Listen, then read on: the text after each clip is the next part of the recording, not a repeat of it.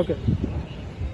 ప్రజల కన్నులు గప్పి ప్రభుత్వ అధికారులను భయభ్రాంతులకు గురి చేసి మరి వారిని మాయ చేసి ఈ రాష్ట్రాన్ని, దేశాన్ని, దేశ సంపదను, ప్రజల సొమ్మును, ప్రభుత్వ ఆస్తులను మరి విపరీతంగా, దారుణంగా, దుర్మార్గంగా ధ్వంసం చేస్తూ చిక్కిన కాడికి దండుకుంటూ దాచుకోలేనంత దోచుకుంటూ మరి వీరు వేల కోట్లు, లక్షల కోట్లు ఈ దేశ సంపదను అక్రమంగా దోచుకుంటూ, అంతేకాకుండా మరి ఈ యొక్క డబ్బుతోటి వీరి పిల్లలు, వారి పిల్లలు 4-5 తరాలు వీరి వంశపారంపర్యంగా కూర్చొని తిన్నా కూడా తరగనంత ధనాన్ని చేకూర్చుకొని, అక్రమ ధనాన్ని చేకూర్చుకొని మరి వీరు భోగభాగ్యాలు అనుభవిస్తూ, రాజభోగాలను అనుభవిస్తూ మరి కేవలం ఈ రాజభోగాలు అనుభవించడానికి మాత్రమే ఈ యొక్క రాజకీయాల్లోకి వస్తారు. కానీ మనల్ని ఉద్ధరించడానికి కాదని మీరందరూ తెలుసుకోవాలా. మరి అంతేకాకుండా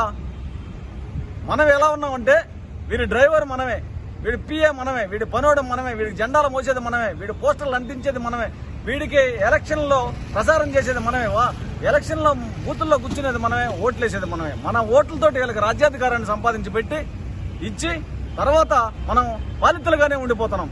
మనము మన రెక్కల కష్టంతో, చెమటతోటి, రక్తంతో పని చేసుకొని 10 రూపాయలు సంపాదించుకొని ఈ 10 రూపాయల్లో మంచి చొక్కా వేసుకుంటే ఓర్చుకోరు, మంచి గుడ్లు వేసుకుంటే ఓర్చుకోరు, మంచి బూట్లు వేసుకుంటే ఓర్చుకోరు, మంచి చెప్పులు కొనుక్కుంటే ఓర్చుకోరు, మంచి బ్యాగ్ తగిలించుకుంటే ఓర్చుకోరు.